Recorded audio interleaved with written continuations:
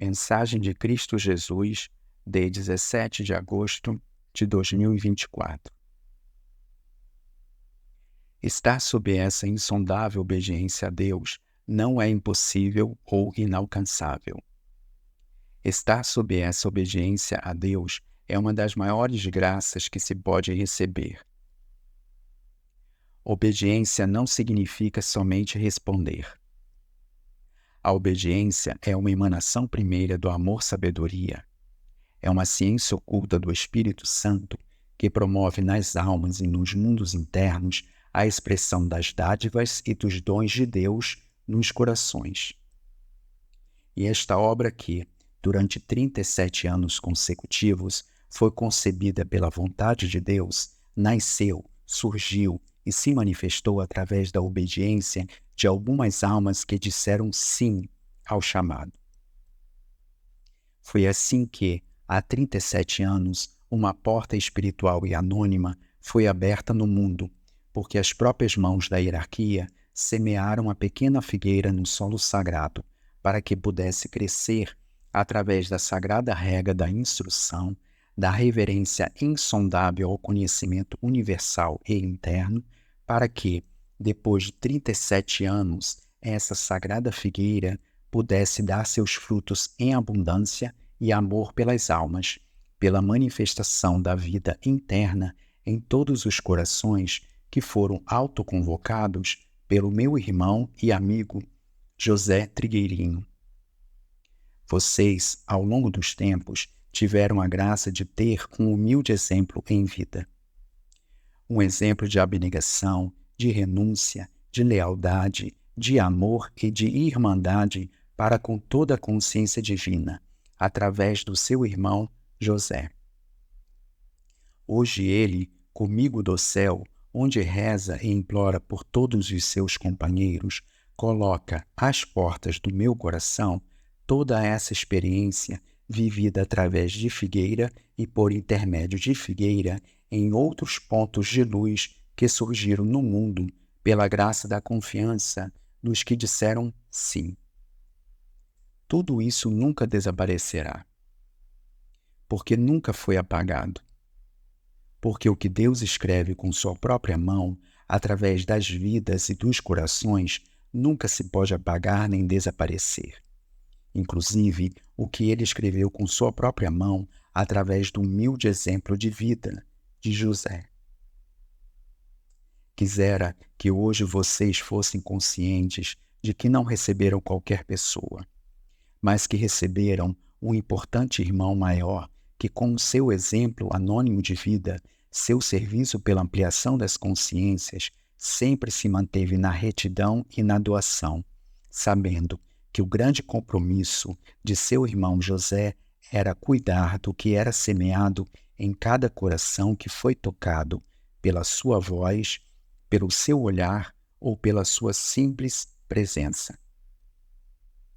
Eis aqui que, diante dessa porta espiritual que foi aberta em Figueira ao longo dos tempos e das gerações, as almas foram tocadas pelo impulso do chamado, e isso não se deterá, porque o legado que foi confiado, através da expressão das almas em Figueira, é algo que sempre se perpetuará nos planos internos e, especialmente, em todos os que o preservarem, primeiro de si mesmos e depois do mundo, sabendo que os tesouros de Figueira que foram confiados pela hierarquia são os valores da fraternidade e da vida grupal evolutiva.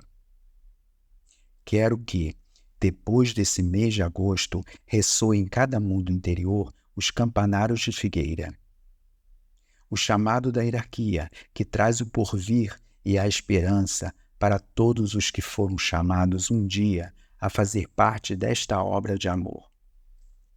Porque esta obra é uma das que eu tenho no mundo, uma das tantas obras neste mundo que, se não existisse em obediência à hierarquia, não se poderia sustentar a transição do planeta e da humanidade, sem o sacrifício, a abnegação e a renúncia, livres de vanglória, livres de protagonismo, livres de qualquer autoridade ou poder, porque, assim como Deus lhes deu tudo, ele poderia tirar-lhes tudo. Abracem a chama da humildade que hoje lhes ofereço. Que suas vidas se rendam e se redimam para que os sagrados tesouros do céu possam continuar sendo depositados não só em Figueira, mas também nas almas que dizem sim, porque já estamos no tempo preparatório do meu retorno ao mundo e nada pode ser em vão. Quisera agradecer publicamente a todos que ao longo dos tempos se mantiveram em fidelidade à hierarquia, aprendendo todos os dias da obediência, da lealdade, da verdade e do serviço por amor ao nosso Criador e pela redenção desta humanidade. Isso é algo inestimável, porque não se pode medir nem julgar com a mente. A fidelidade de um coração unido à hierarquia é um dos maiores alívios que vocês promovem ao meu coração. Que possam renascer neste dia os que pela fé e pela fidelidade construíram com suas mãos as bases desta obra da hierarquia, para que as almas, para além de suas condições, traumas ou sofrimentos, tivessem um espaço seguro, simples e interno para reencontrarem-se com Deus e com o coração da hierarquia. Hoje é a minha mão que escreve uma nova história. Felizes serão os que fizerem parte dela, porque minha promessa se cumprirá em todos os que me dizem sim. Ó sagrada figueira de luz, que és anônima, secreta e interna, entrega teus frutos ao Senhor, os frutos da conversão e do serviço das almas, para que, pelo esforço de teus filhos, discípulos e irmãos de José, os frutos da conversão e do serviço das almas sejam amorosamente oferecidos aos pés de teu Criador. Que o poder de meu precioso sangue te santifique, para santificar e liberar todos os fiéis servidores que foram feridos ou machucados. Hoje venho reparar o que está partido. Hoje venho reconstruir com minhas próprias mãos o que caiu no solo, que é a dignidade de todos os filhos e amigos, companheiros e servidores de José. Este é o encontro geral número 48, que Figueira realiza em 24 anos de união entre seus fiéis membros e colaboradores. Esses tempos representam ciclos de trabalho grupal espiritual, nos quais aprendemos que sem a presença constante da hierarquia espiritual e a sua orientação, pouco ou nada de real poderia ser feito em benefício do planeta e dos seres que o habitam. Daqui por diante, além de prosseguirem na lei do amor e do serviço junto aos nossos semelhantes humanos, teríamos que assumir um trabalho intenso junto aos demais reinos da natureza, valorizando-se o que o grupo vem ensaiando fazer durante tantos anos junto aos animais, aos vegetais e aos minerais. É evidente para todos que especialmente o reino animal necessita do amor e do serviço humano, dada a sua situação de profundo sofrimento e dolorosa exploração por parte dos esquemas usados na Terra de superfície.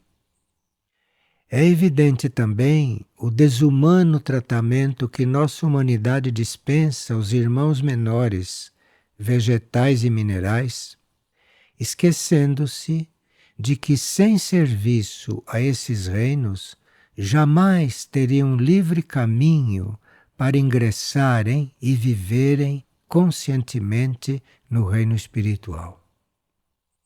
Nesse ciclo de nossas vidas, e apesar de nossas falhas, tivemos todos a graça de sermos acompanhados por hierarquias do grau de Samana, o Cristo cósmico, de Maria, a Mãe Universal, de Muriel, o instrutor do mundo, de Cthulhu, o regente do planeta, e de tantas outras grandes entidades conhecidas de nós, inclusive pelas suas passagens históricas sobre esta terra. Acompanha-nos também Amar, aquele que foi o patriarca Abraão, mais recentemente mestre Mória e hoje regente do Centro Aurora. Michouk, conhecida como Teresa de Jesus. Antoine, conhecido como José, o esposo de Maria, e mais recentemente como Conde de Saint-Germain. Visnuk, sacerdote maior de Mirnajá. Witaikon, regente da consciência indígena no planeta. Além de tantos outros que nos iluminaram e que serviram de ponte entre o céu e a terra, para que pudéssemos começar a transpor os limites da humana ignorância, para entrarmos em um estágio de maior responsabilidade diante do plano evolutivo. Acompanhados tão de perto pela Mãe Universal, fomos defendidos de forças contrárias à evolução numa proporção que desconhecemos e fomos impulsionados pela graça que as hierarquias representam com suas presenças incondicionais. Isso deveria dar-nos uma referência de comportamento diante do plano divino. A companhia fiel dessas hierarquias deveria inspirar-nos a nos aproximar muito mais dos mundos na dimensão cósmica e da vida nas dimensões intraterrenas, nas quais irmãos evoluídos como Andrés, conhecidos como São João da Cruz, nos aguardam e representam instrução espiritual e monádica para todos nós. Enfim, neste momento cíclico, no qual estou sendo chamado para uma nova tarefa, para a qual será necessário meu total recolhimento e total afastamento de todos os trabalhos práticos que vim assumindo até então, neste momento caberá a vocês, individualmente e em conjunto, prosseguir com o trabalho incondicional dentro da lei do amor e da união. União com a consciência única, união com centros planetários, com suas obras e com suas hierarquias tão conhecidas de nós todos. Isso inclui ação não só nos países onde vocês vivem, mas também ação planetária, dado a necessidade de luz e de amor geral por toda a superfície da Terra. Dos planos de consciência onde me encontrar, não deixarei de colaborar com nossos irmãos maiores na obra junto à humanidade e aos reinos que aqui na Terra padecem. Deixo a vocês um apelo. Acompanhem a hierarquia nessa tarefa para que o planeta possa assumir sua missão de planeta sagrado e de colaborador consciente de Cristo Samana, Rei deste universo que, aliás, deixou um átomo de sua energia solar dentro dos corações de todos vocês, átomo que aguarda desenvolvimento. E que Deus Pai, que Samana, que a Mãe Universal e as hierarquias confederadas, que prosseguirão acompanhando vocês e o mundo, tenham de todas as suas mônadas e de suas almas a resposta mais pronta. Então, irmãos, até sempre e bom serviço. Terminamos ontem, quarta-feira de vigília mensal, neste março de 2012, um intenso e abençoado período de 7 dias de trabalho intensivo, com importantes impulsos recebidos das hierarquias, especialmente da Divina Mãe, em suas aparições e mensagens em Figueira e também nas várias reuniões do Encontro Geral de Colaboradores. As aparições extras da Divina Mãe, propostas por ela para todo o grupo de maneira inesperada, foram profundamente renovadoras. A pedido dessa Sagrada Consciência, a partir de agora, o Núcleo Soim, local de cura interior e cósmica em Figueira, passa-se a chamar Núcleo Coração Sagrado e a consciência da Mãe Universal estará ali especialmente atuante, formando um verdadeiro núcleo de irradiação planetária. O conhecido Morro do Cristal, ou Colina das Aparições, será transformado em uma praça para acolher os peregrinos orantes, também a pedido dela. E para isso, o morro e seus arredores serão preparados. A humanidade há muito foi avisada de que ingressaríamos na era da Mãe do Mundo. No livro Supraterrestre 3, Mestre Moria nos instrui que a era da Mãe do Mundo não é um retorno à época das Amazonas. Na verdade, é uma tarefa muito mais ampla, elevada e refinada e está diante de nós para ser desenvolvida. Moria nos instrui que em mãos femininas, muito frequentemente as máquinas funcionam melhor e as plantas têm vida mais longa. E Moria acrescenta: certamente não me refiro a todas as mulheres, mas àquelas que manifestam energia mais sutil. Suas habilidades glorificam a época da Mãe do Mundo e as relacionam de maneira próxima ao reino da cura. Já no volume 4 de Supraterrestre, lemos: por que estes tempos são chamados a Era da Mãe do Mundo?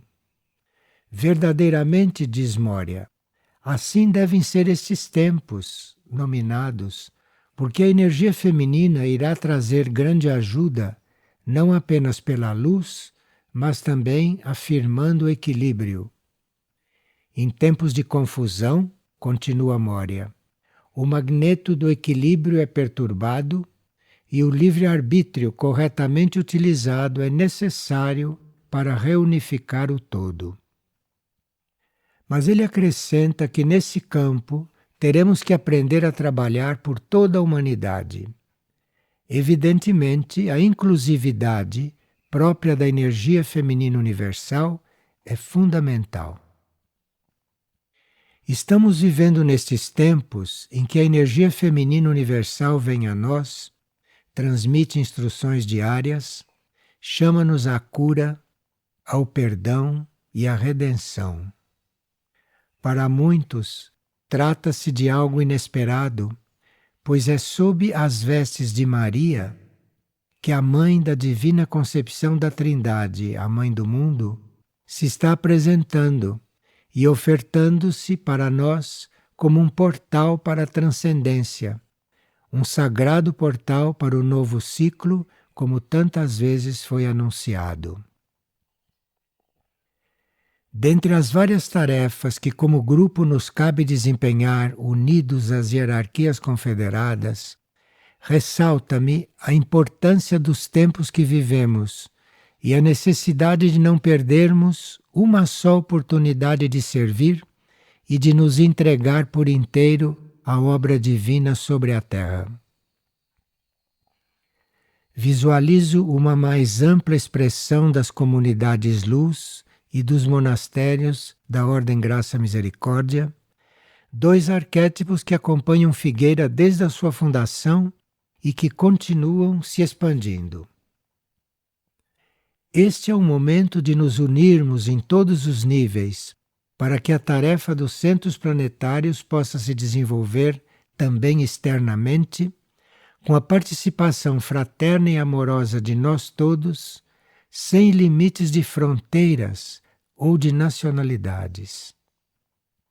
Nestes tempos que se aproximam, será a unidade grupal, fraterna e sincera, que permitirá mantermos incólume nosso vínculo com a Irmandade Espiritual, que sempre nos orientou e cuja orientação é cada vez mais essencial. Não nos deixemos esmorecer. Estes são tempos difíceis planetariamente, mas são tempos de grandes oportunidades, tempos em que as respostas do universo são quase imediatas. Irmãos, estamos em março de 2012, estamos formando o fruto que irá amadurecer para o novo ciclo do mundo e da humanidade. Que saibamos acolher as indicações da Divina Mãe, Maria, que possamos ser humildes e escutar nosso coração, que possamos compreender que a hierarquia trabalha por todas as almas, em qualquer raça ou credo, e que nos chama a colaborar com sua obra, agora mais intensamente nestes tempos de transição e de tantas necessidades espirituais. Que funcionemos sempre como um grupo unido, ombro a ombro, coração com coração e unidos ao coração da hierarquia. Estes são os votos que faço, isto oferto em minhas orações. E que a paz de Maria, a Mãe Universal, esteja em todo o planeta e com nós todos.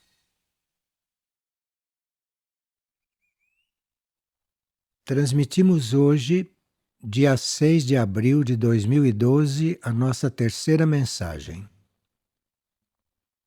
Diante das notícias mundiais que a cada dia nos chegam, notícias que mostram o intenso grau de incompreensão em que vive a nossa civilização, e diante da oportunidade de expressarmos a vida fraterna nas comunidades luz de maneira simples e real, sinto-me chamado a ressaltar a importância da educação.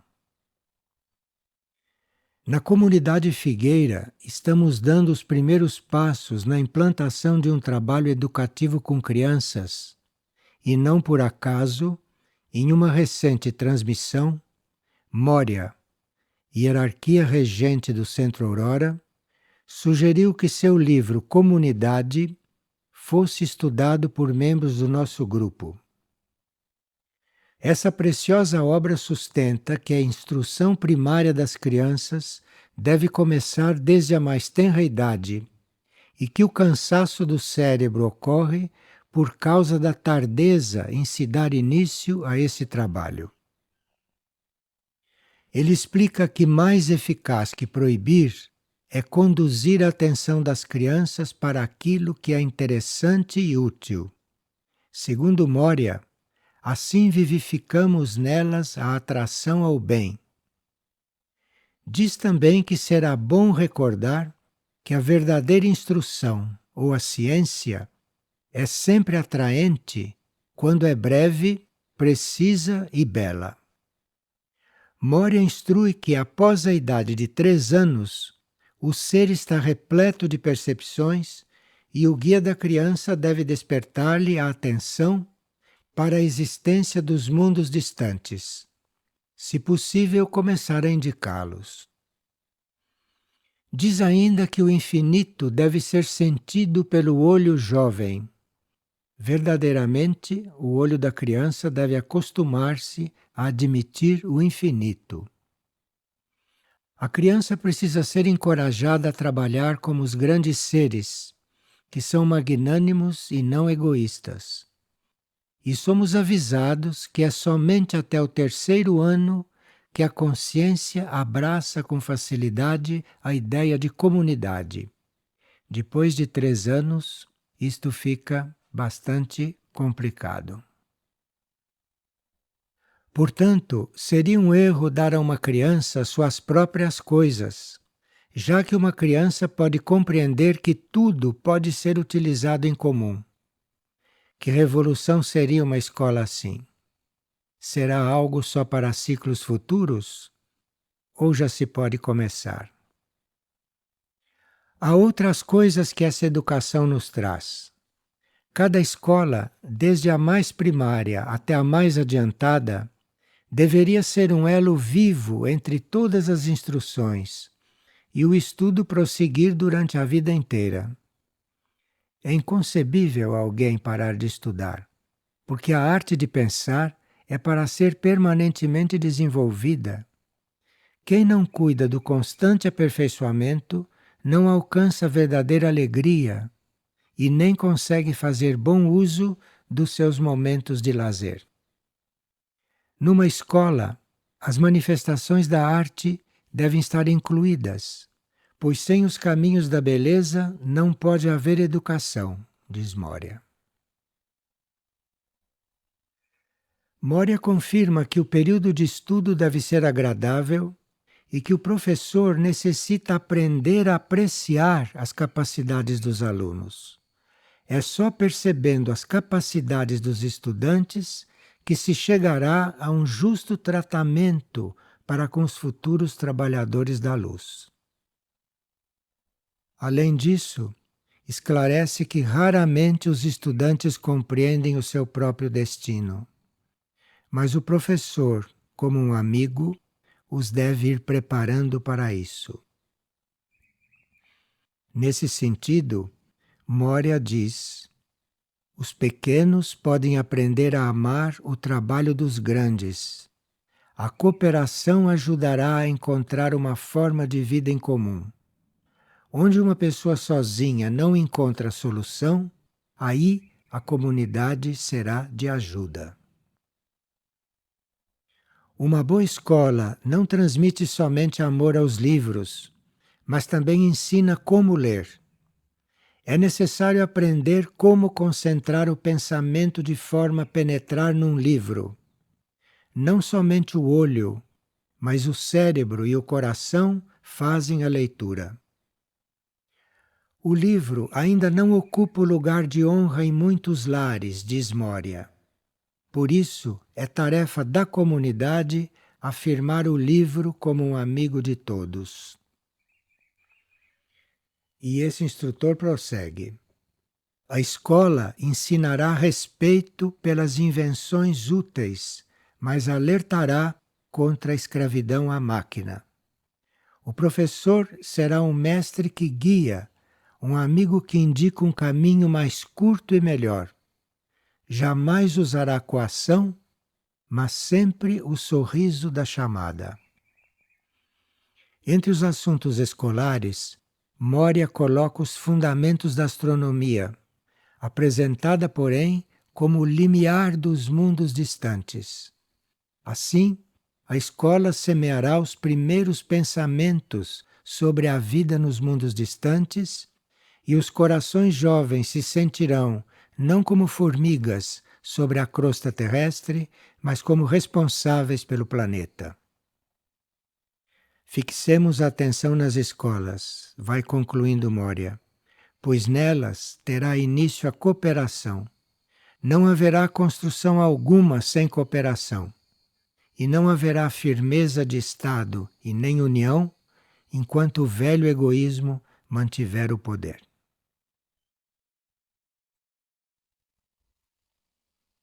Tivemos entre nós, nesses últimos dias, a abençoada presença da Divina Mãe em Aurora, cumprindo as aparições programadas para 12 e 13 deste abril de 2012. É notório para todos como ela tem aprofundado a irradiação de paz que realiza a cada aparição. E frente a tantas dádivas, fica-nos clara a necessidade de nos aperfeiçoarmos no exercício da obediência. Uma obediência que nasce e se confirma no amor e pelo amor. Será, portanto, a esse tema, a obediência, que dedicaremos esta quarta mensagem do dia 16 de abril de 2012. Obedecer significa observar leis, segui-las, cumpri-las. Na conhecida instrução de Cristo, dai a César o que é de César e a Deus o que é de Deus, temos um exemplo de obediência a diferentes níveis de leis. A lei de César, do mundo, e a lei de Deus, que rege o universo. Para nossa alma, a obediência surge da união com as leis universais. Nasce do reconhecimento da unidade que existe em toda a vida. Portanto, que surge da descoberta de uma original vontade única, uma vontade maior. Ao reconhecermos dentro de nós a presença e a ação dessa vida única, dessa vontade maior, essa vontade começará a se mostrar também externamente e até atuar por intermédio de alguma criatura ou de alguma situação. Assim, seja por meio de uma percepção interna nossa, seja por intermédio de um fato externo, poderá efetivamente nos orientar e guiar. Para isso, precisamos ter em nós já trabalhada a decisão de seguir essa vontade. Isso é obediência.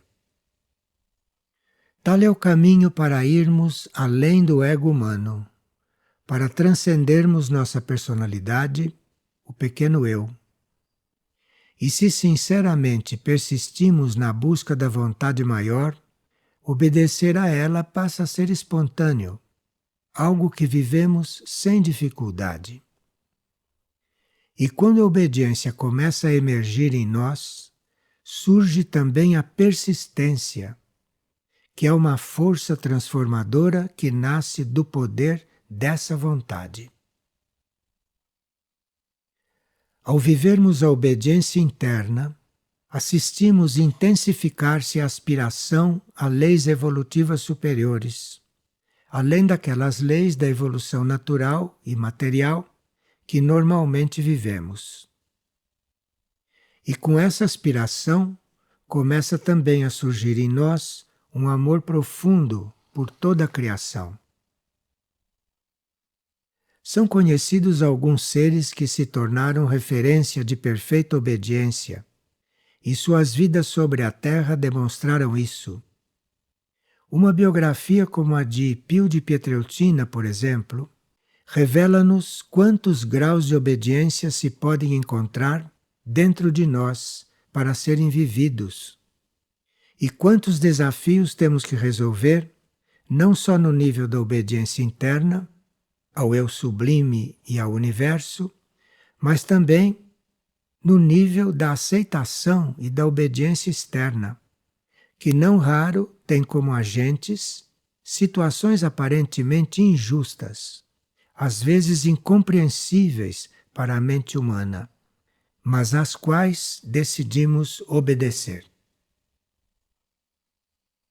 Nas aparentes injustiças temos grandes provas, verdadeiras oportunidades para transcendermos nossa natural tendência para desobedecer. Quando, há séculos, João da Cruz afirmou que Deus mais quer em nós o menor grau de obediência e entrega do que quantas obras possamos realizar, ele nos instruía que a lei única está acima de qualquer obra humana e que a adesão a esse nível espiritual é o ponto de partida para jamais nos equivocarmos em nossos passos. À medida que vamos amadurecendo nesse processo, a obediência praticada com sincero amor e decisão torna-se alimento imprescindível para nosso ser. É na obediência que descobrimos nossa vida verdadeira, pois obedecendo ao que é transcendente, ainda que desconhecido e misterioso, vamos sendo absorvidos na consciência maior. Sabemos que para a mente humana é impossível compreender a consciência maior. Mas é possível, sim, comungar dessa consciência quando obedecemos a ela nas coisas mínimas, que de tão pequenas quase sempre nos passam despercebidas ou não damos importância a elas. Irmãos, sejamos corajosos e voltemo-nos decididamente ao alto, que nas menores coisas aceitemos obedecer à unidade. Assim trilharemos o caminho da obediência que leva ao propósito maior. Portanto, irmãos, deixo-lhes esta breve reflexão. E para finalizá-la, lembremos uma sábia regra. Em obediência, deixa-te conduzir pelo divino ser em teu interior. A ele entrega todos os teus pensamentos, sem esperar nada em troca. Essa é uma chave simples e clara. Esta é a nossa quinta mensagem este ano. Com as aparições da Mãe Universal em Aurora e em Figueira, muitos perguntam: que são as aparições? Como e por que acontecem? Aparições são manifestações do além que se tornam visíveis.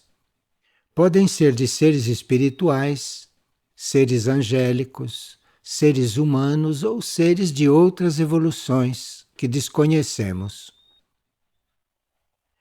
A consciência única, Deus, pode se revelar para seres humanos, como narra a Bíblia, e os seres humanos as compreendem segundo o próprio intelecto.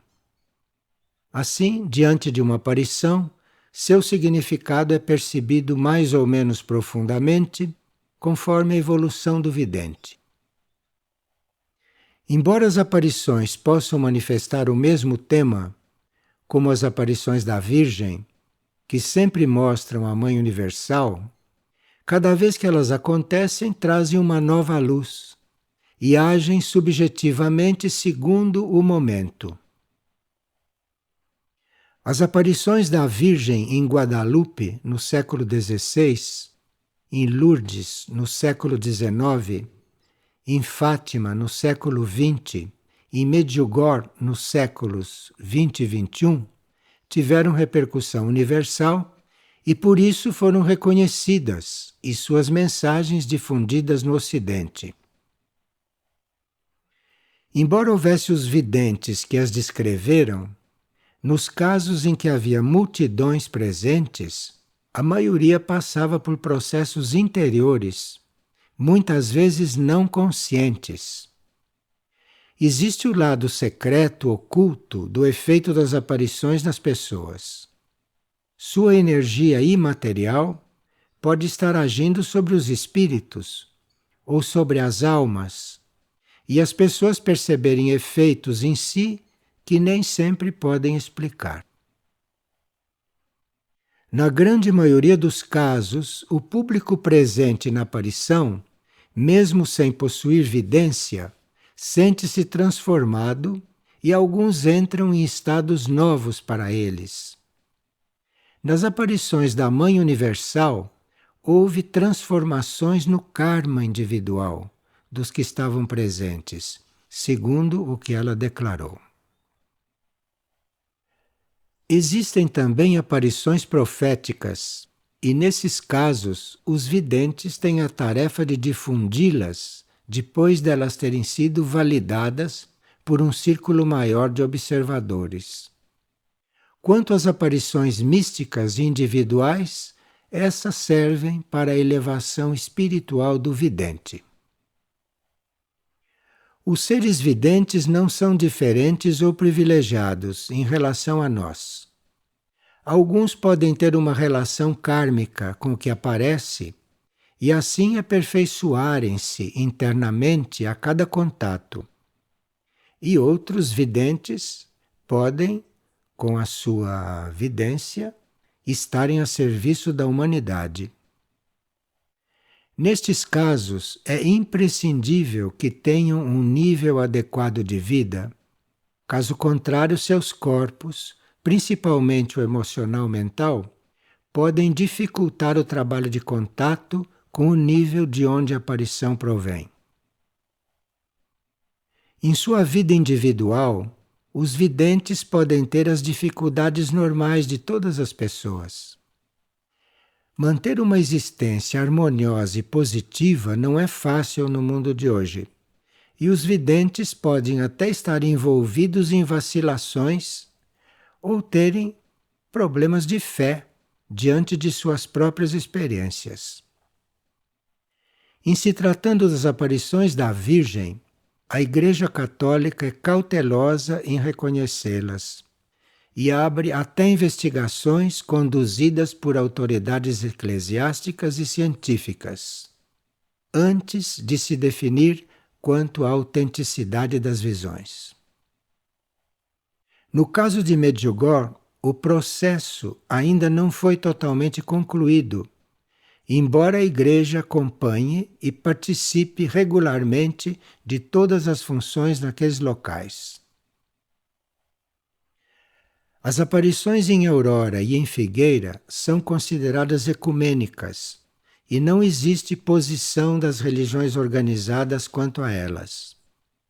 O número de almas atraídas para as reuniões, que se dão às vezes ao ar livre e às vezes em locais fechados, essa frequência de público está em aumento. A própria Mãe Universal vem ampliando as áreas dessas reuniões, fazendo atualmente aparições em Portugal, nessa mesma linha ecumênica.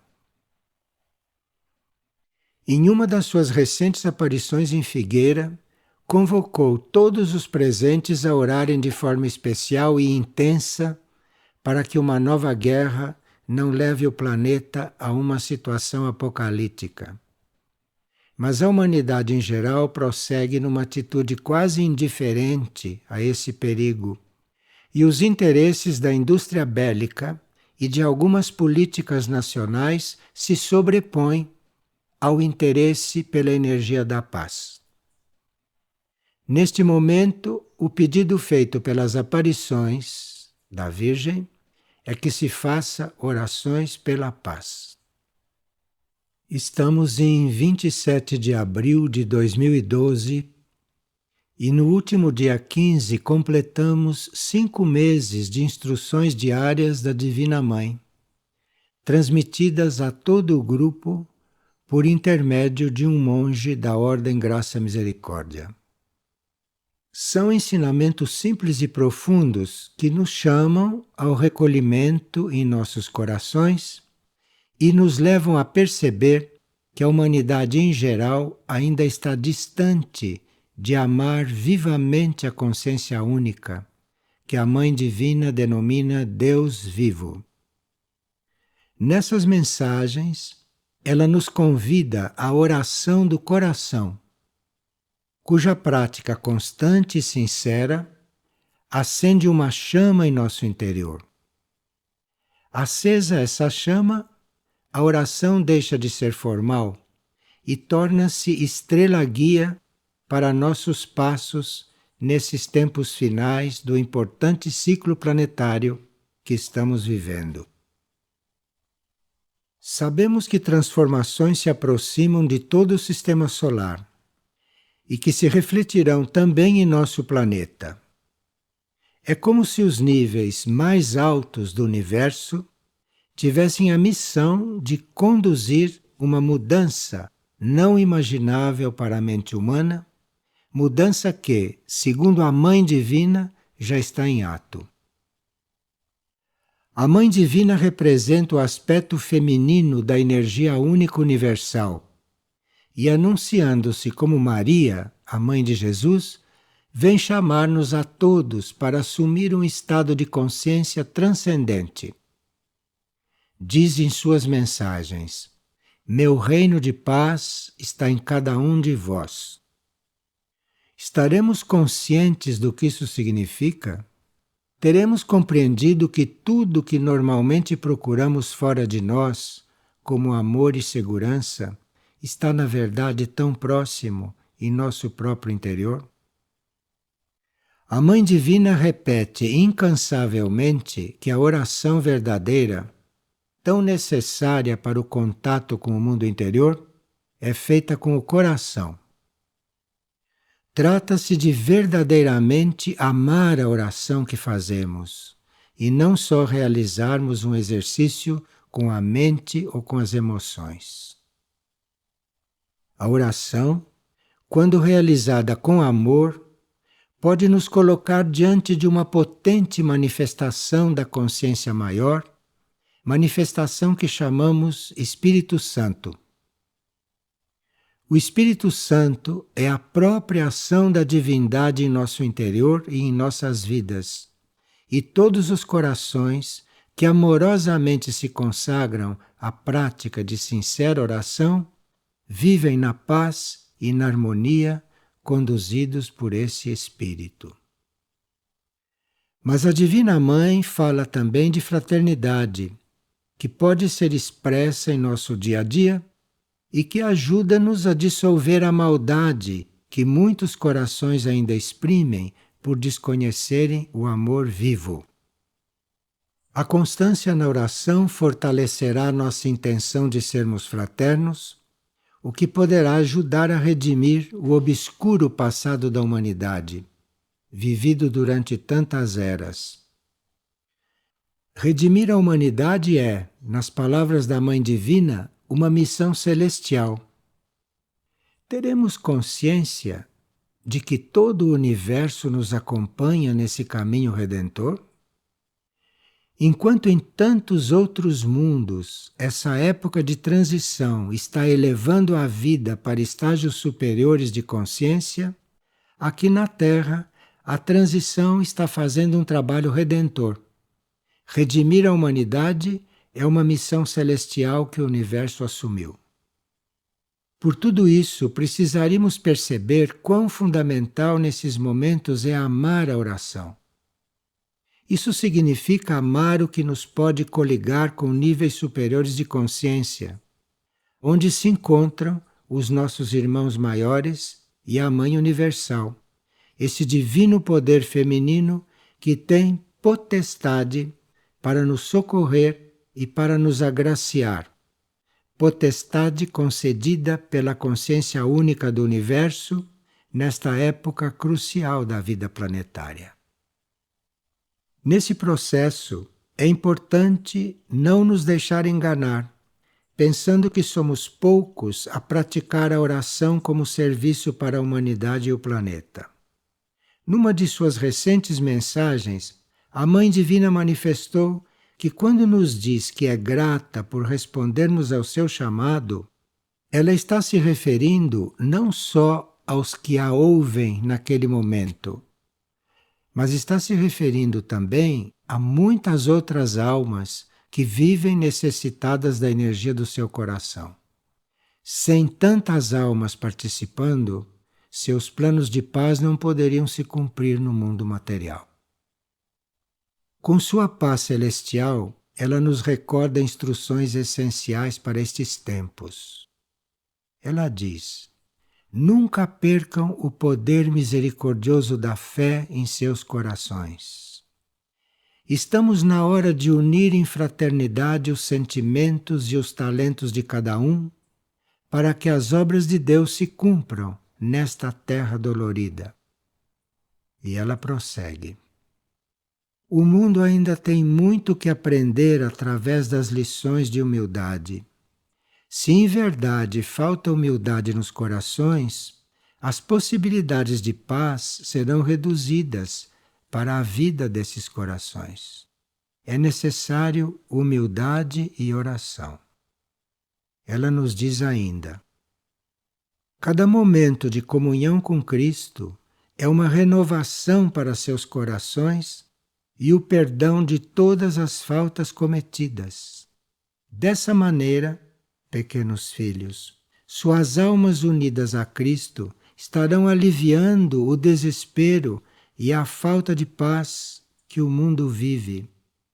Porém, se vocês e cada um de seus irmãos permitirem que a oração se faça viva em seus corações, poderão encontrar a fonte que lhes saciará a sede. E ela conclui: estamos em um tempo de divina misericórdia. caminhem dando seus passos na direção do Senhor, na fé do coração, e logo tudo passará. E obrigado por responderem ao meu chamado.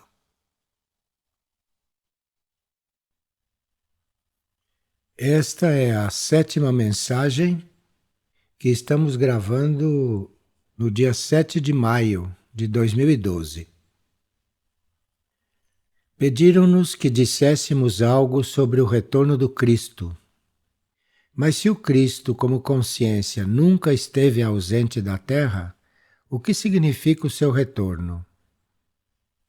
Se os tempos estiverem maduros, se a humanidade invocar intensamente com fé, ele poderia manifestar-se de forma inequívoca. Mas se essas condições não estão presentes, como poderemos ter o Cristo entre nós caminhando fisicamente? Helena Herrich, em suas cartas, afirma que se o Cristo reaparecer em corpo físico, talvez não chegue a ser condenado à morte, mas será difícil escapar da prisão, ou que escape da desmoralização pública. Helena Herrich continua: a alcunha de anticristo lhe seria colocada por teólogos e autoridades eclesiásticas, e ele seria renegado, como aconteceu há séculos. No entanto, é no planeta como um todo que a energia crística deverá exteriorizar-se nesta época, e não apenas em alguns indivíduos ou em uma região, como ocorreu várias vezes no passado ou pode estar ocorrendo ainda agora, para alguns seres ou grupos de devotos, mas não publicamente. Por energia crística, entendemos o amor-sabedoria como síntese de vibração emitida pelo centro espiritual deste sistema solar. Isso assim irradiado, inclusive nos níveis mais materiais, seria a oportunidade máxima para os que não encontraram o Cristo até hoje, em seu próprio interior, ou que não conseguiram imaginá-lo, como é o caso da maioria. Se o retorno é considerado nesse sentido, isto é, do Cristo se manifestar no interior dos seres, então a esses seres se desvelaria o plano evolutivo, e eles seriam impulsionados ao serviço, à doação de si mesmos, a uma inteligência impessoal e universal, a união com a vida, enfim. Essa presença traria a integração de todos os grupos internos de almas e de mônadas, que se uniriam com as hierarquias espirituais para um trabalho único. Tudo isso poderia acontecer a médio prazo. Há seres que há muitas épocas vêm aprofundando seus vínculos com a consciência crística.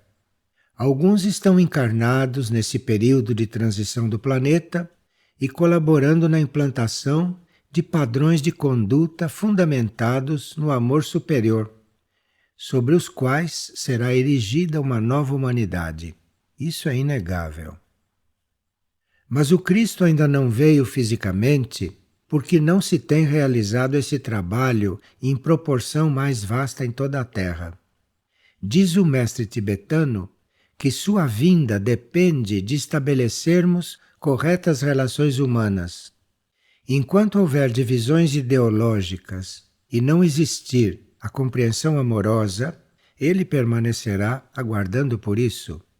Sim, porque, como diz Helena Herrich, seria assassinado. Prossegue o mestre tibetano dizendo que, apesar da pouca receptividade, a hora chegou, porque se está beirando extremos quase insuportáveis de desequilíbrio, e o planeta correria perigo se esse retorno não se der. Não sabemos datas e nem o momento do seu retorno. Talvez sua vinda dependa também do nosso apelo, mesmo que silencioso, e da pureza das nossas intenções. Então existe sim a possibilidade de um retorno daquele que representa para a humanidade a lei da compaixão, demonstrada durante a encarnação do Cristo como Jesus. Em todas as épocas e nas grandes crises humanas, nas horas de maior necessidade, como essas que estamos atravessando, um intermediário entre a humanidade e a consciência superior sempre surgiu e deu um novo impulso às civilizações. Essa presença traria a mensagem indicadora do próximo passo que a raça humana deve dar e traria luz para os obscuros problemas mundiais que hoje parecem insolúveis pelo próprio homem que os gerou. Existem aspectos da divindade que a humanidade não percebeu ou não compreendeu, e essa presença crística traria o conhecimento do que nos falta para vivermos uma próxima etapa evolutiva. Sem esse retorno, seria pouco provável que o planeta se regenere e se alinhe com a lei evolutiva superior na proporção necessária. Nas Escrituras de Mateus está anunciado que a vinda do Cristo será como um relâmpago que sai do Oriente e se mostra até o Ocidente. E nas Escrituras de Marcos consta que ele viria sobre as nuvens, com grande poder e glória, e que enviaria seus anjos para recolher os escolhidos. Há também afirmações de algumas hierarquias que naves extraterrestres recolherão os que não devem participar dos traumas durante os períodos mais agudos da transição da Terra, e que outras naves se encarregarão de levar para além deste universo as consciências que poderiam tentar impedir fatos evolutivos previstos. Na fé ou na interna percepção, se poderá estar seguro sobre esse assunto. Mas esse é um tema misterioso que na consciência de cada ser humano repercute em diferentes proporções. Grande parte da humanidade evita refletir sobre isso, porque teme o que é desconhecido. Essa experiência que se possa viver de união com a presença interior não depende de filiação a religiões formais. Essa experiência é íntima e consiste em reconhecer a ligação do próprio ser com a cósmica consciência. Isso traria maior difusão e penetração dessa consciência universal na vida planetária. Mas, apesar das aparências e das forças contrárias, a humanidade prepara-se para uma nova expansão de consciência. O planeta também está passando por uma transição, e isso tudo é consequência do que acontece no plano cósmico. No plano cósmico, a própria entidade Cristo passa por expansões, garantindo assim a elevação geral de toda a vida. Nesta oitava mensagem, vamos dizer duas palavras sobre a humildade, uma qualidade indispensável aos servidores do plano evolutivo. Humildade é algo mais profundo do que aparece nas definições dos dicionários.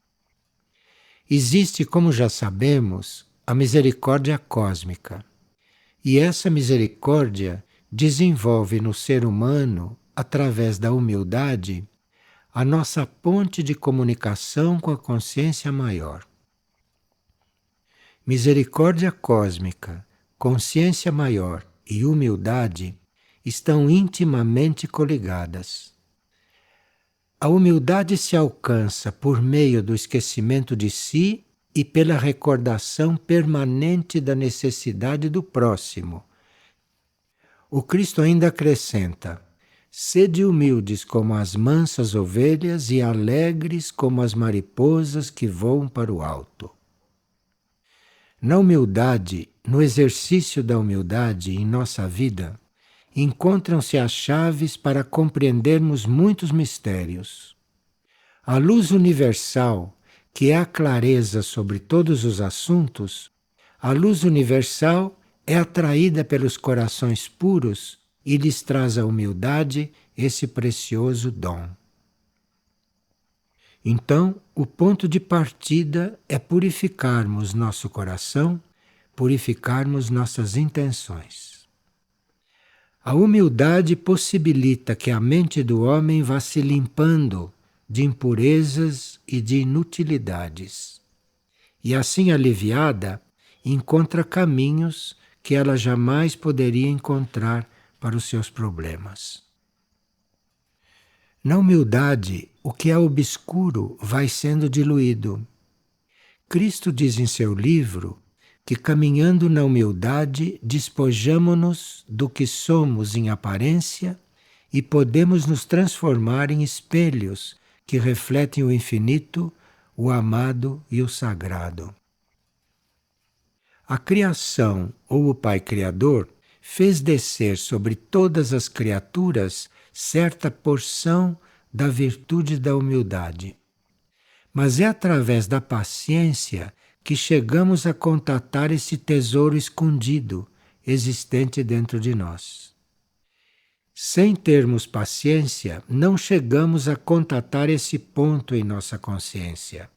Esse ponto onde existe um princípio de humildade a ser desenvolvido. Então, humildade e paciência são irmãs. E se chegarmos a percebê-las dentro de nós, devemos cultivá-las amorosamente para que possam desenvolver. Vejam como é importante. Quando a humildade se ativa durante o nosso serviço ao próximo, acontece um movimento interior em nosso ser. E a partir do ingresso do amor por obra da misericórdia cósmica, a humildade começa a irradiar-se e chegar até a alma. Chegando à nossa alma, a partir daí é cultivada pelo nosso ego humano, e cultivá-la deve ser um objetivo bem evolutivo de toda a humanidade. Estaremos longe disso? A humanidade já estará sendo levada por forças maiores a se tornar humilde diante das leis universais? É uma boa pergunta. Diz o Cristo no livro Samana Redentor que se uma parte da atual raça humana se consagrar através desta energia de humildade, o processo de redenção planetária se plasmará no plano físico. A hierarquia espiritual, que são os nossos irmãos maiores, trabalha há muitos séculos no que chamamos de reconversão da raça humana. Isto é, no abandono do orgulho e um retorno a esse princípio cuja semente, como vimos, está no fundo do nosso ser, em nosso coração. Existe um aspecto da humildade que é citado como dos mais importantes para o servidor espiritual. É a humildade diante dos planos superiores de consciência, onde a hierarquia espiritual atua e de onde se comunica conosco. As leis e os métodos que a hierarquia apresenta, muitas vezes, são incompreensíveis para nós. E se não tivermos a humildade de seguir à risca a hierarquia em certas circunstâncias, ficamos sem a possibilidade de agir corretamente por não compreendermos ou ainda não conhecermos certas leis superiores. Na realidade, em certos momentos, temos que, na fé, seguir humildemente, mas sempre com a alegria de um coração puro.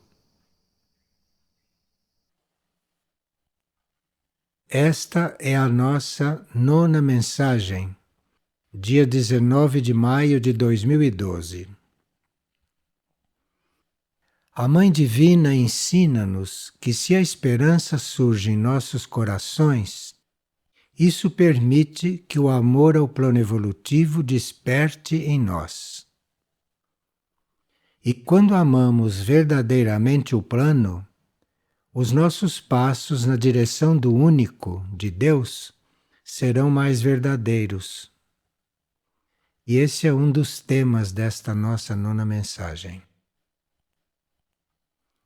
Sem o amor à meta, ao plano da evolução, nossos passos ou nossos trabalhos não serão tão verdadeiros, porque falta o amor, e o amor é o que conta. Então, como despertamos em nós o amor à meta e ao plano evolutivo? Segundo a Mãe Divina, é tendo verdadeira esperança.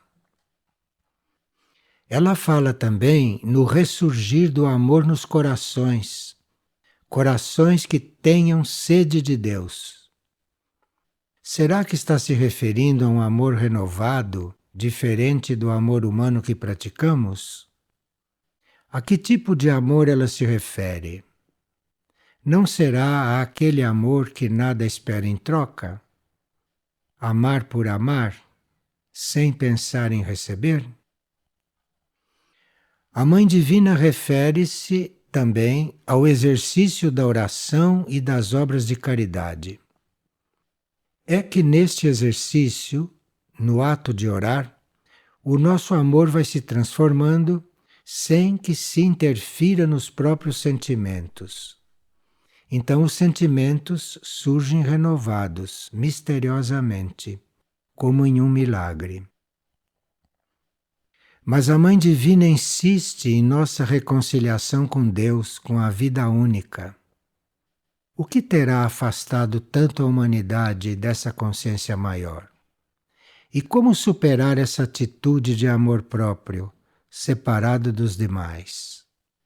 Ela explica que perdeu-se o caminho por ignorância ou por nos distanciarmos demais da vontade maior, na realização das nossas pequenas vontades humanas. Mas como encontrar o caminho correto? Ela diz: vocês devem aspirar à humildade, porque é na humildade que poderão compreender os grandes mistérios divinos de Deus, que muitos tentam compreender com a mente, mas sem conseguir. Sim, porque não é com a mente que compreendemos o que ainda é misterioso. É com o coração. Mas em que estado estarão os corações dos seres humanos? Apertados pela ambição de coisas materiais e perecíveis, corações entristecidos pelo ciúme, pela inveja, pela falta de fraternidade e pela indiferença diante da miséria alheia? Nessa realidade, se o nosso coração se une a ela, nosso coração é curado, encontra o caminho e os verdadeiros passos que em nossa vida tanto necessitamos dar. A Mãe Divina nos traz esta pequena fórmula: exercício da oração mais obras de caridade. O resultado, segundo ela, é a paz. Entramos nesse reino de paz que muitos buscam e no qual tão poucos conseguem chegar. Exercício da oração, obras de caridade, mas com a intenção simples e sem nada querer em troca. É muito fácil compreender, não é? Mas trata-se de viver. Viver a oração, servir ao próximo e cuidar de manter a simples intenção de nada querer em troca. Se essa fórmula contraria tanto a vida de hoje, a vida da maioria, seria o caso de pedirmos forças em nosso interior mais profundo para tentar realizá-la? Se apelássemos para nosso ser interno, iríamos ao encontro de uma grande surpresa. As coisas em nossa vida começariam a se transformar. E uma impressão de tarefa cumprida tomaria conta de nós. E veríamos que as pessoas teriam novas atitudes para conosco. Mas quem é a Mãe Divina?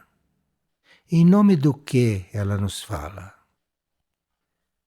O que chamamos devotamente de Mãe Divina é a consciência feminina universal em seu estado mais puro e coligado com o princípio de vida. É o aspecto feminino da criação neste universo. Não é uma pessoa, embora tenha encarnado alguns de seus aspectos em seres humanos que souberam irradiá-los e que conseguiram manifestar seus atributos. Que atributos são? fé, luz, paz, proteção, cura, unidade, amor, perdão, reconciliação, caridade, humildade, transmutação, fraternidade e outros que não se encontram por enquanto em nossos registros e nem em nossa humana compreensão. Buscar desenvolver esses atributos em nós, isso seria sermos seus filhos, conscientemente. Dizemos conscientemente porque ela é mãe de todos, mesmo daqueles que não a conhecem ainda ou que não perceberam o seu universal amor por eles. Procurando viver os seus atributos, estaremos na Mãe Universal e Divina, para sempre.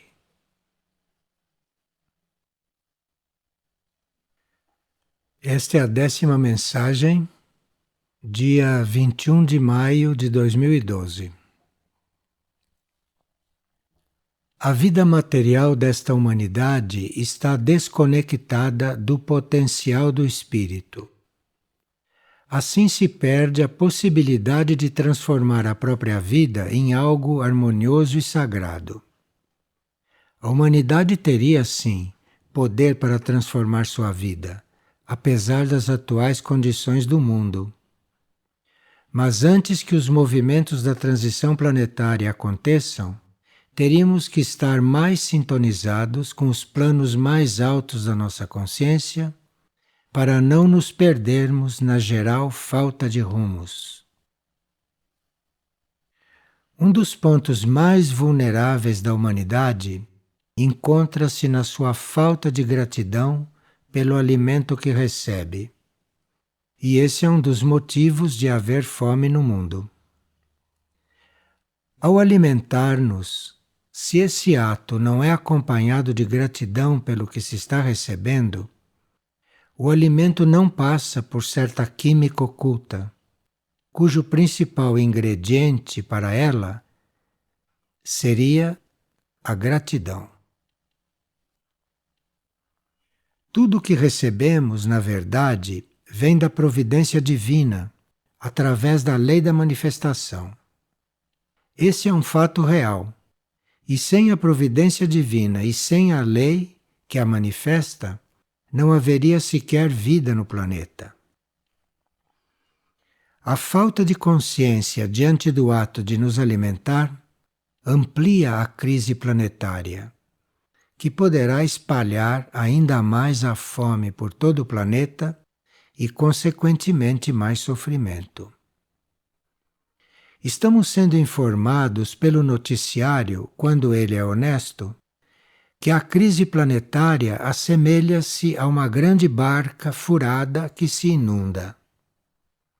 E segundo Muriel, nessa crise a necessidade das almas para encontrar luz e alimento, que não é só material, mas espiritual também, essa necessidade das almas é cada vez mais crítica. Diante do alimento, seja ele qual for, que nos é dado receber, a primeira atitude seria emitirmos um pensamento de gratidão ao universo, pela dádiva que estamos recebendo através dos reinos da natureza que os produzem. É impossível calcular o trabalho do reino vegetal para produzir um grão, e o trabalho do reino mineral para que ele se vitalize a partir do seu potencial material. E deturpar os grãos, cozinhando os demais, ou deixando de cozinhá-los no justo ponto, nós os estamos reduzindo do ponto de vista da energia que eles contêm.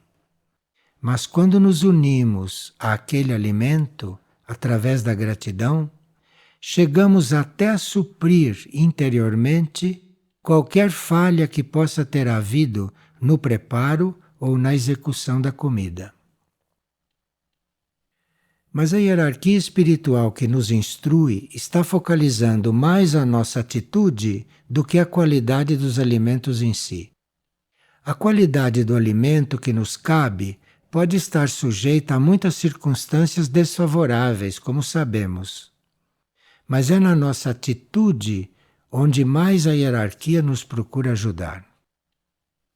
Na verdade, quando nos unimos ao alimento através da gratidão e o tomamos com amor, com isso estamos nos preparando para uma verdadeira comunhão, que faz parte do ritual da nossa vida diária, ou melhor, que deveria fazer parte deste ritual. Treinando a cada refeição nesse trabalho de união e amor, que é a liturgia diante do alimento, estaremos aprendendo a comungar com algo muito mais sutil, invisível e não material. Comungar com o nosso ser interior, nossa alma e espírito, o Cristo interno. É nessa liturgia que teremos que chegar, e o ato de nos alimentarmos com gratidão pode ser uma porta de entrada. Nós sabemos de todas essas coisas, mas sabemos também que é parte da natureza humana trascurar o cumprimento das próprias intenções. E essa intenção de manifestar gratidão diante do alimento é uma das que mais trascuramos. Seria necessário uma mobilização dos nossos corpos físico, etérico, emocional e mental antes do ato de comer, para que essa intenção de sermos gratos se expresse durante as refeições. Nem sempre basta que se façam orações curtas de agradecimento antes de nos servirmos à mesa. É preciso também um trabalho permanente de nos lembrarmos disso, dessa união verdadeira. Assim poderemos compensar em parte toda a lacuna que a humanidade constrói com essa sua indiferença diante das dádivas que recebe. Dádivas que podem começar a rarear ainda mais, num futuro próximo, em vastas áreas do planeta. E depois, não nos lamentemos. Nestas mensagens curtas, estamos procurando tocar pontos fundamentais do desenvolvimento humano para que recapitulemos leis menores, porém espirituais, que às vezes são trascuradas em nossa vida diária. No campo do amor, que é a lei básica do universo, estamos um pouco longe de corresponder ao sentimento fraterno. É claro que a situação que vamos agora comentar não será solucionada por um ou outro indivíduo bem intencionado. A solução desse desequilíbrio dependeria de uma conscientização geral na humanidade e também do karma de certos grupos humanos. Mas os que se destinam a estimular o surgimento de uma nova humanidade na Terra futura podem ir se preparando para em próximas vidas buscar uma maior igualdade entre os seus irmãos da raça humana. Fala-se em fraternidade e no amor ao próximo. No entanto, convive-se com uma desequilibrada distribuição de bens. E o que é mais grave, de bens naturais, que ainda não temos a menor intenção de repartir. Sobre a questão do alimento e da verdadeira origem da fome em grandes partes do mundo, já tivemos oportunidade de refletir. Na mensagem de hoje, trazemos um dado inconcebível no que diz respeito à distribuição e ao uso da água, que é uma doação da natureza aos reinos existentes no planeta. Essa dádiva da natureza, que seria para todos, é consumida de forma desproporcionada entre os seres humanos que se dizem irmãos, ou melhor, se dizem todos filhos de Deus. Veja-se que tipo de organização geográfica e social que promovemos e com a qual pactuamos sem o menor peso na consciência. Vejam, Nos países considerados desenvolvidos, estima-se que o consumo de água seja de 560 litros por pessoa por dia. Esses são países líderes em comércio, economia e política. 560 litros de água é o que cada cidadão, em média, consome ou consumiria. Já nas regiões consideradas muito pobres, esse consumo diário é de 10 a 20 litros por pessoa. De 560 para 20, temos uma diferença que, em princípio, pode ser considerada inacreditável. Mas o desequilíbrio não termina aí. Enquanto em um país rico cada pessoa gasta 560 litros e em um país pobre apenas 20, em partes da África e regiões desérticas, cada ser humano consome, segundo estatísticas oficiais, menos de 10 litros, quando não vive em áreas quase totalmente secas. Então, 560, 20, menos que 10. São números que causam constrangimento em pessoas mais sensíveis, porque são um retrato típico do desequilíbrio de bens materiais na humanidade. E por que não dizer o retrato do desperdício em lugares tidos como civilizados, onde as pessoas chegam a consumir tanta água, 560 litros por dia. É óbvio que temos a considerar o karma das regiões, o karma de seus habitantes, enfim. No entanto, todo ser humano que tenha aberto os olhos na direção da fraternidade sente-se tocado por essas notícias. Temos visto em certas mensagens que diante de algumas situações planetárias e humanas só resta orar. E nesta mensagem de hoje teríamos que repetir isso. Só resta orar.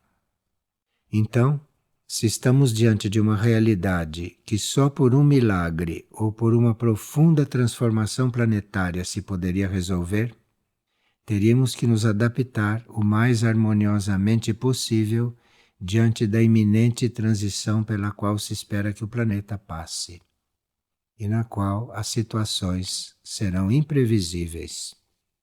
Temos sido orientados por irmãos maiores da Fraternidade Branca, e muitas transmissões deles vêm sendo publicadas. Temos sido aconselhados por eles a orar de forma especial, tendo fé que as nossas orações são coisas poderosas e de resultados imprevisíveis.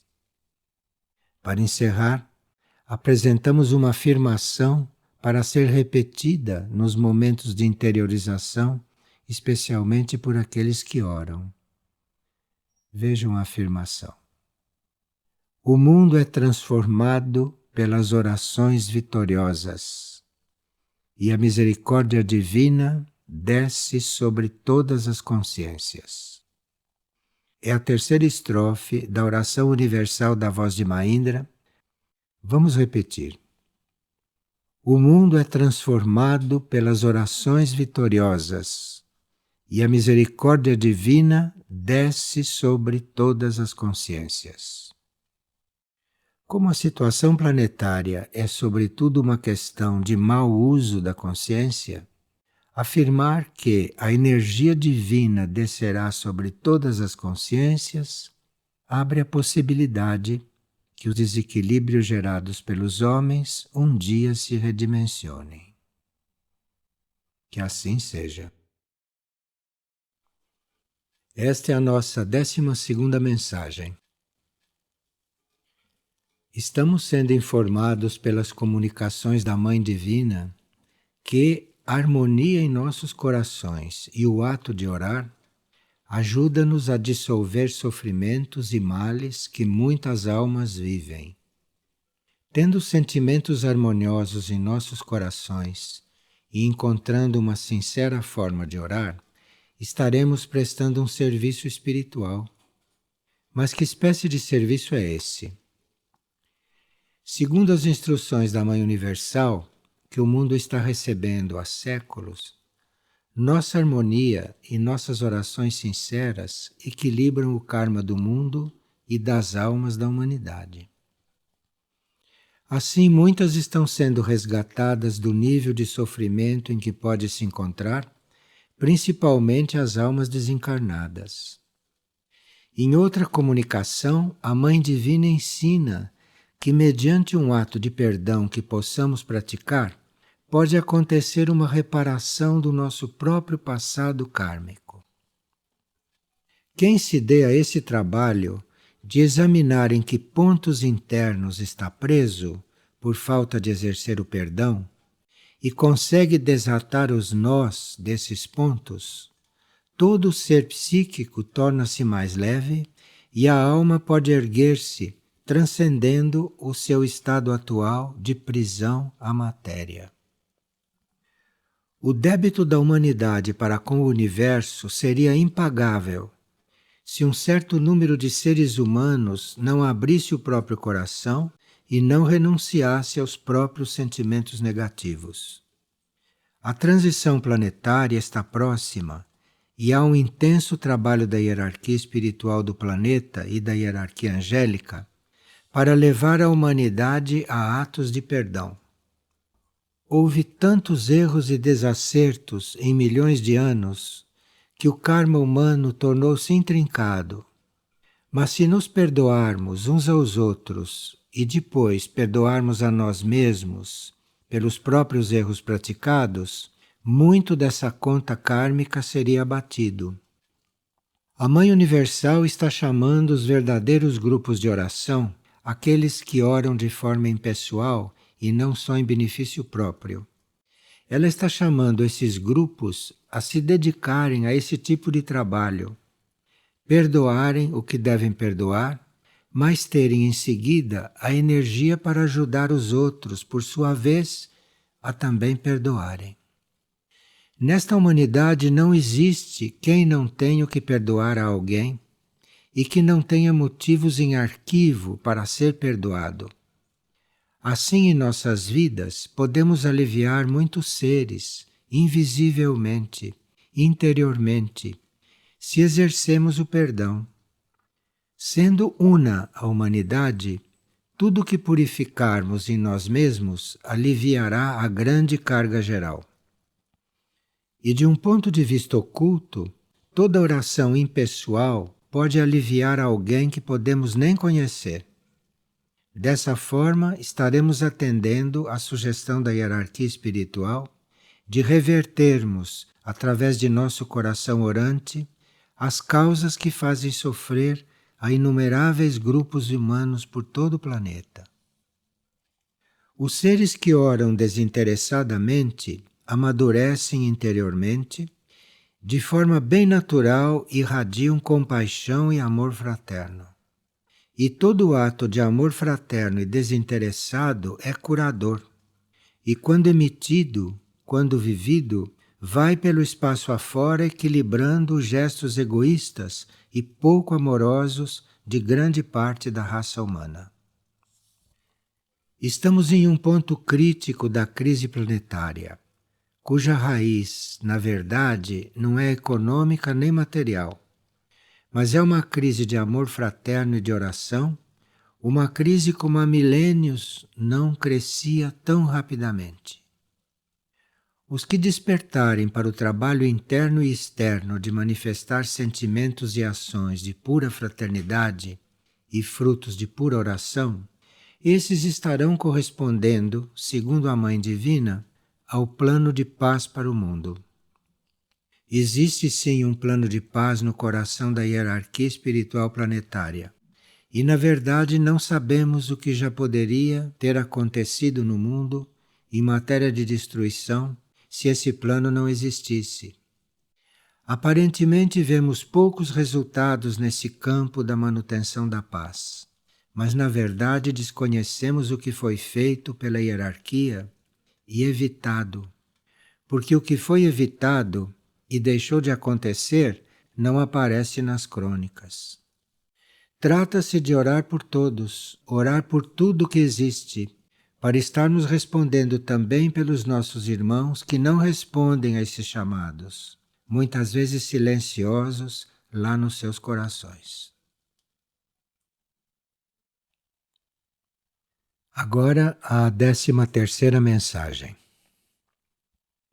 Nestes tempos, diante de qualquer acontecimento, temos que fazer todo o possível para irradiar absoluta paz de coração. É necessário coragem para atravessar estes tempos atuais, não se deixando levar pela desarmonia e pelo egoísmo tão instalado nesta civilização, a ponto de as intenções esporádicas de criar verdadeira paz não conseguirem se materializar em âmbito planetário. Por isso, os seres que caminham espiritualmente são convidados a se tornarem pontos de oração pela paz e de devoção pela ordem e pela harmonia. Assim, a hierarquia angélica poderá atuar, aproximando-se mais dos seres humanos e irradiando a sua espiritual energia de amor.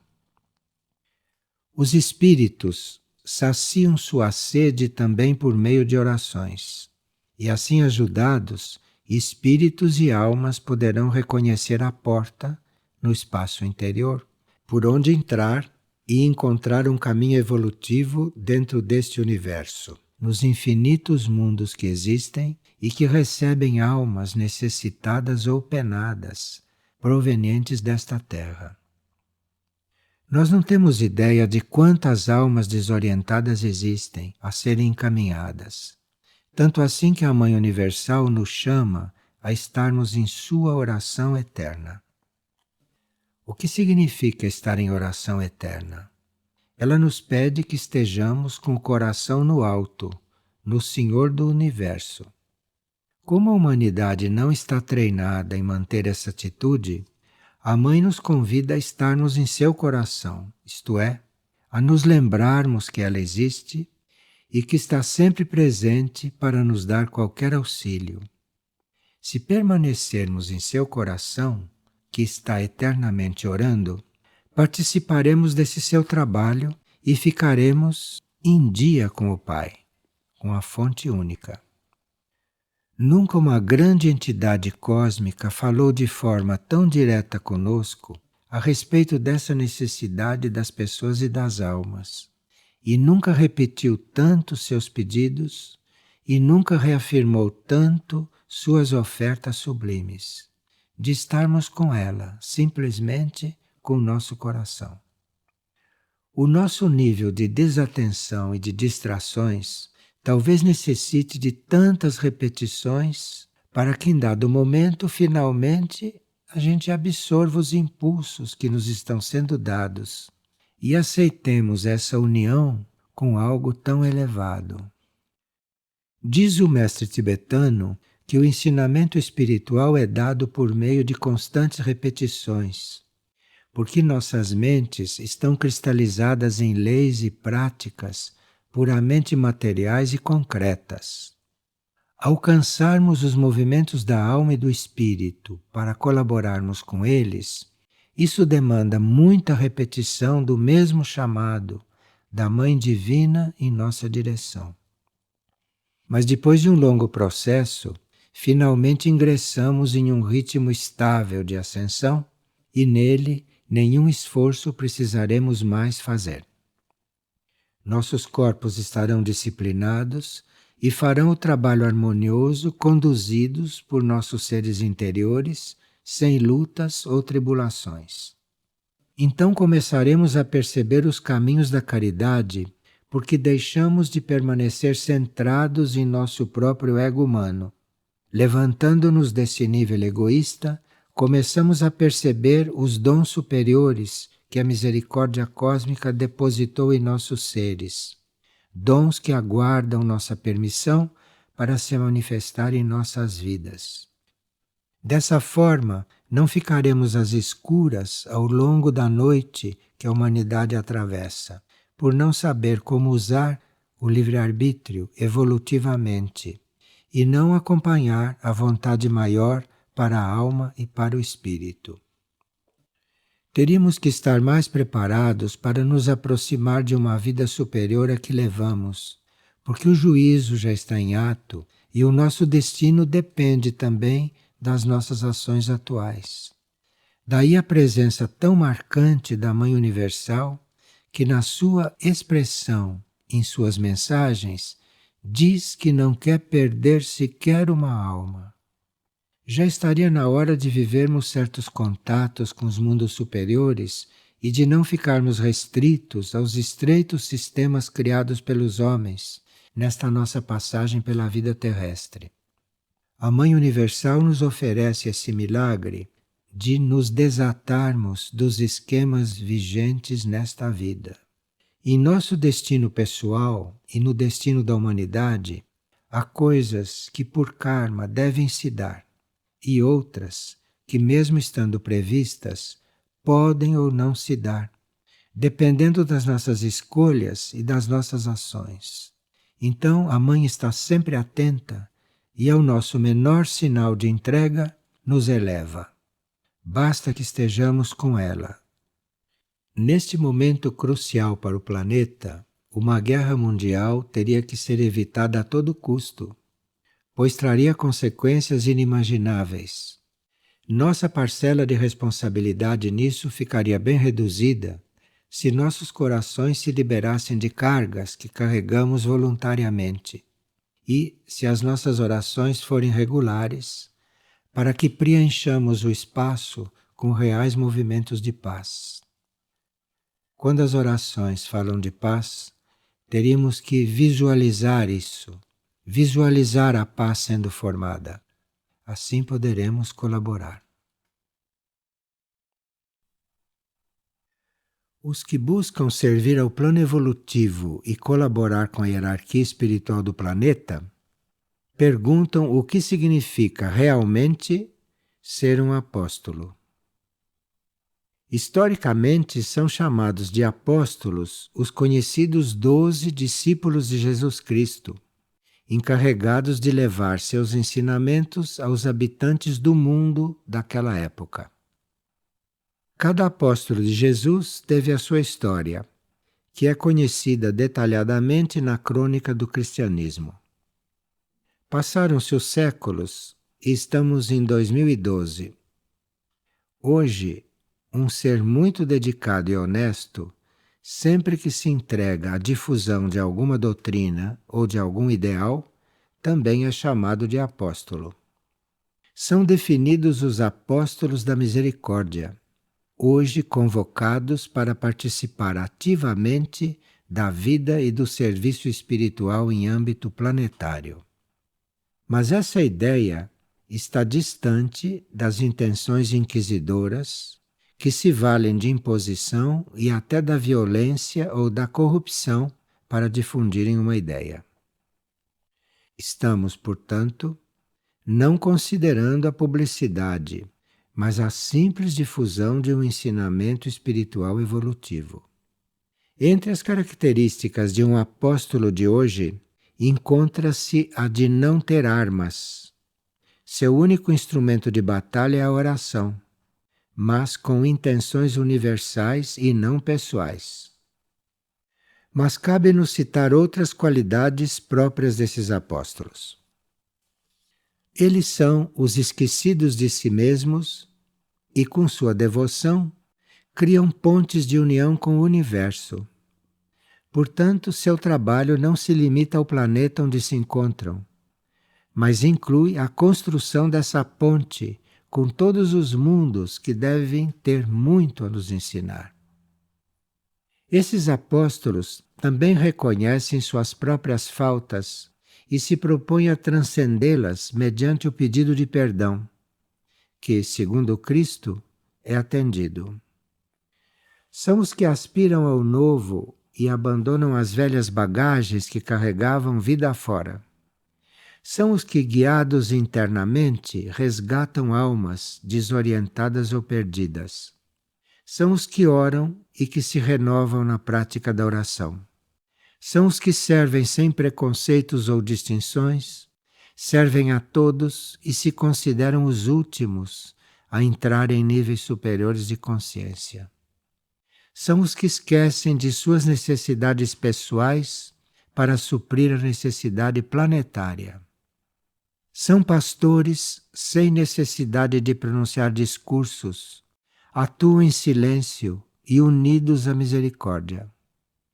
Vencendo as tendências de seus corpos, oferecem-se como instrumentos às energias superiores e, assim doados, trabalham impessoalmente. E não perdem nada com isso, porque nessa doação de si ganham força interior. Esses apóstolos são os que não têm mais desejos nem aspirações, só têm a meta de velar pelo plano evolutivo. E aqui chega-se a uma definição insólita. Apóstolos são os que se rendem diante da verdade dos outros e que em silêncio velam pela salvação dos demais. E são os que respeitam a lei e a amam durante toda a sua existência. São mensageiros da verdade. São profetas sem palavras, que com sua humildade manifestam o Deus universal. São os que oram pela paz e pelo resgate planetário. São seres valentes em serviço que usam seu tempo para suprir a necessidade de almas. São os enamorados da luz cósmica e os guardiães da fé. Apóstolos são os que transcendem a si mesmos para se colocarem como os últimos. Escolhemos algumas características entre as que Samana propõe aos que têm vocação para o apostolado, sobre esta terra carente de verdadeiros servidores do plano evolutivo. Nesta época de tantas ajudas interiores, seres terrestres começam a se comunicar com leis desconhecidas para a humanidade em geral. Esses contatos com leis maiores e próprias para conhecermos nestes tempos de crises definitivas, esses contatos podem se dar durante as orações, durante os estados orantes.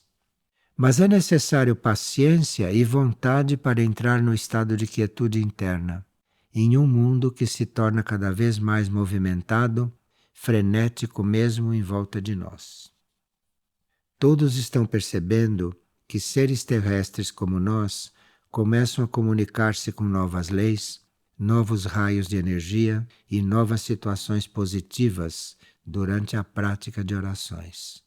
Avante, apóstolos, e avante, candidatos ao apostolado de hoje. Há serviços a serem prestados ao planeta e à humanidade sem rumo, que só a energia do apostolado pode desenvolver.